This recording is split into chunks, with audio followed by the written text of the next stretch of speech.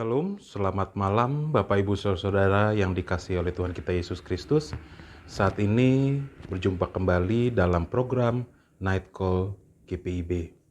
Dan bersama saya, Pendeta Victor Albert Tanggela yang melayani di GPIB Jemaat Alpha Omega Sungai Bahar Jambi.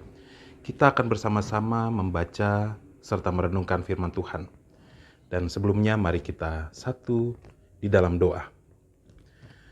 Tuhan Allah Bapa kami yang bertahta dalam kerajaan surga, di malam hari yang indah ini ya Tuhan, ketika kami telah menyelesaikan aktivitas kami, bahkan di antara kami masih ada yang sedang beraktivitas melaksanakan pekerjaannya, kami mohon Tuhan menuntun kami dengan firman-Mu, sehingga kami terus dapat menjadi pribadi-pribadi yang dapat melakukan yang baik seturut dengan kehendak-Mu.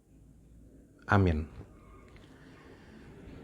Bapak Ibu Saudara yang dikasihi oleh Tuhan kita Yesus Kristus, kita akan membaca Kisah Para Rasul pasal 9 ayat 17 sampai dengan 19a yang menyatakan, "Lalu pergilah Ananias ke situ dan masuk ke rumah itu.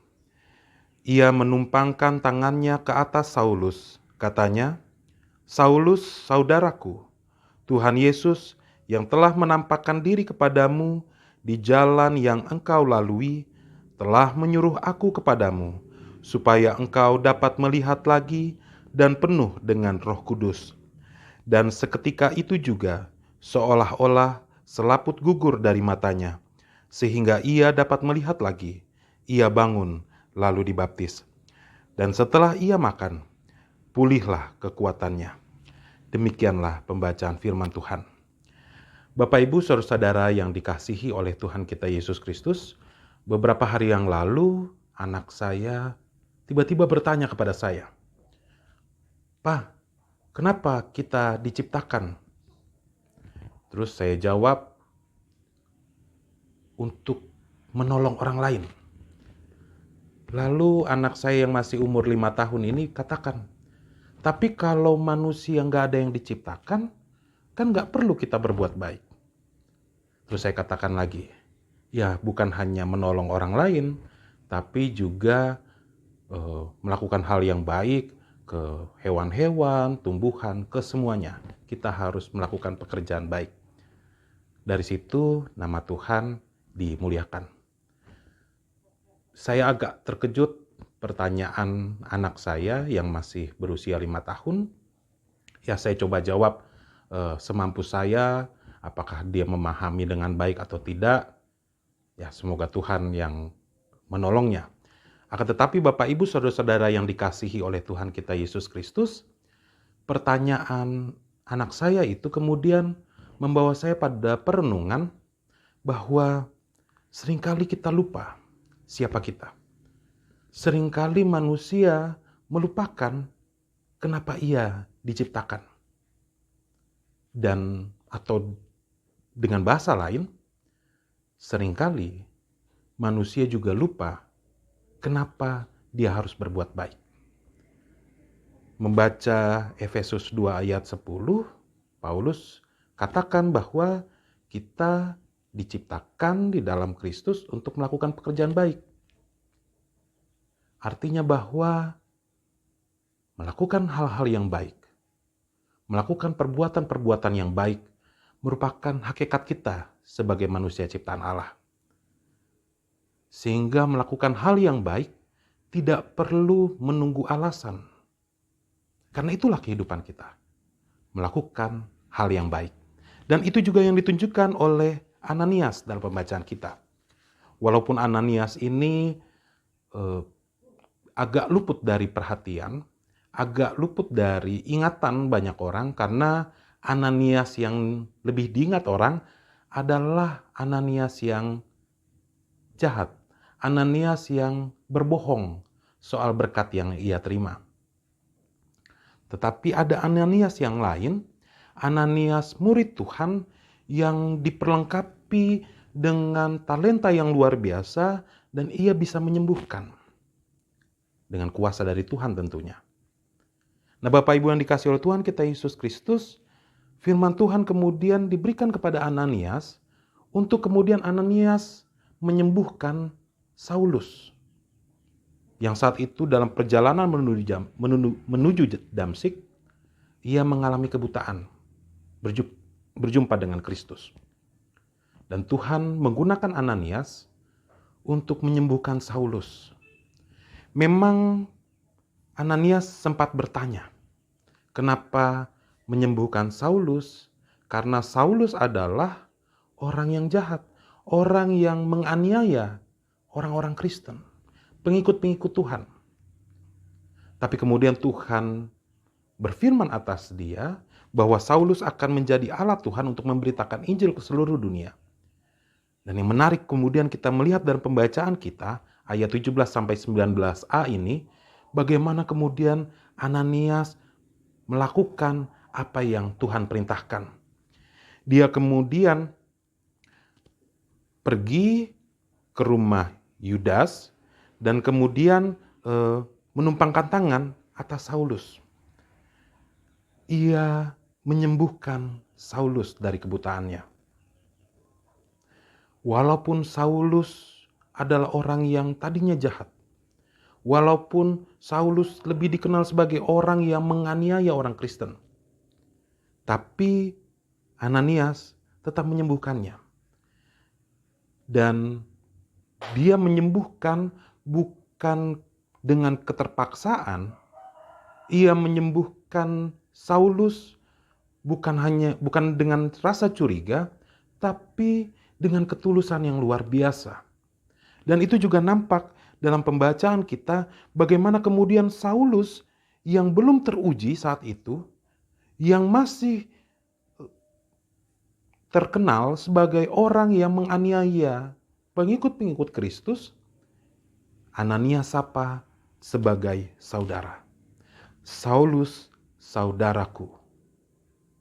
Terlihat bagaimana kemudian Ananias begitu tulus memberikan pertolongannya. Ananias dengan ketulusan tanpa rasa curiga, walaupun punya catatan yang buruk terhadap Saulus, tapi Ananias tetap melakukan yang terbaik. Nah, Bapak Ibu yang dikasihi oleh Tuhan kita Yesus Kristus, kisah tentang Ananias ini, Ananias yang sedikit terlupakan, kemudian membuat kita menyadari hakikat kita sesungguhnya, bahwa kita memang diciptakan untuk melakukan perbuatan-perbuatan yang baik, bahwa kita harus senantiasa menyatakan kasih dengan segala potensi yang kita miliki. Dan itu adalah kehendak Tuhan dalam kehidupan kita. Sama seperti kehendak Tuhan dalam kehidupan Ananias dan kemudian pada kehidupan Rasul Paulus. Bapak, Ibu, saudara-saudara yang dikasihi oleh Tuhan kita Yesus Kristus, maka dengan demikian kita belajar dari Ananias untuk senantiasa pertama-tama taat kepada Tuhan. Mengingat hakikat kita, yaitu senantiasa melakukan yang baik. Yang kedua, belajar dari Ananias yang dia punya talenta, dia punya karunia untuk menyembuhkan dan dia gunakan kepada Saulus yang saat itu masih dilihat orang sebagai musuh, sebagai lawan. Atau mungkin bukan dilihat sebagai musuh, tapi dia yang melihat orang-orang Kristen sebagai musuh gitu. Akan tetapi kemudian Ananias tetap menggunakan potensinya yang terbaik. Maka hal yang kedua yang kita bisa pelajari dari Ananias adalah bagaimana kita melakukan yang baik dengan segala kemampuan yang kita miliki. Dan yang ketiga, yang paling penting, kita belajar dari Ananias, bagaimana ia begitu tulus, maka marilah kita senantiasa juga memiliki ketulusan. Bukan karena alasan-alasan tertentu. Seperti Ananias yang bahkan bisa melakukan hal yang baik, bisa membantu menolong Saulus yang saat itu masih dikenal sebagai orang jahat. Maka marilah kita juga melakukan perbuatan-perbuatan baik, menyatakan kasih, membantu orang-orang. Bukan karena alasan-alasan tertentu saja. bukan karena orang itu pernah baik, bukan karena orang itu dekat, bukan karena orang itu satu golongan, satu iman dan lain sebagainya. Tidak. Tapi marilah kita menyatakan kasih. Marilah kita membantu orang. Marilah kita berbuat baik kepada semua orang. Apalagi di saat ini, situasi pandemi yang begitu dalam membuat begitu banyak orang mengalami pergumulan dalam soal ekonomi. Marilah kita gunakan potensi yang kita miliki. Marilah kita gunakan talenta yang Tuhan berikan bagi kita untuk dapat menjadi berkat bagi sesama.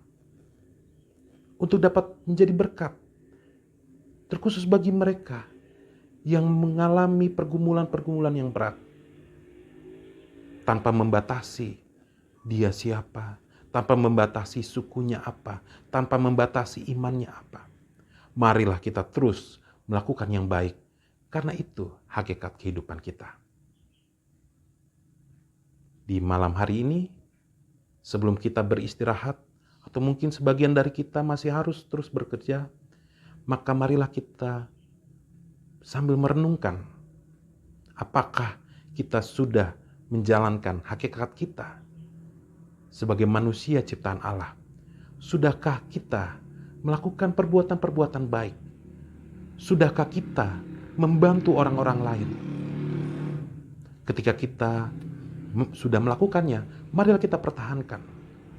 Ketika kita belum melakukannya, marilah kita berupaya sedikit demi sedikit merubah pola hidup kita, menolong orang lain, membantu orang lain. Karena ketika satu dan lainnya saling membantu, maka ada keindahan yang luar biasa di sana. Tuhan memberkati kita. Amin. Bapak, Ibu, saudara-saudara yang dikasihi oleh Tuhan kita Yesus Kristus, mari kita satu di dalam doa. Tuhan Allah Bapa kami yang bertahta dalam kerajaan surga, terima kasih atas firman-Mu yang dinyatakan bagi kami.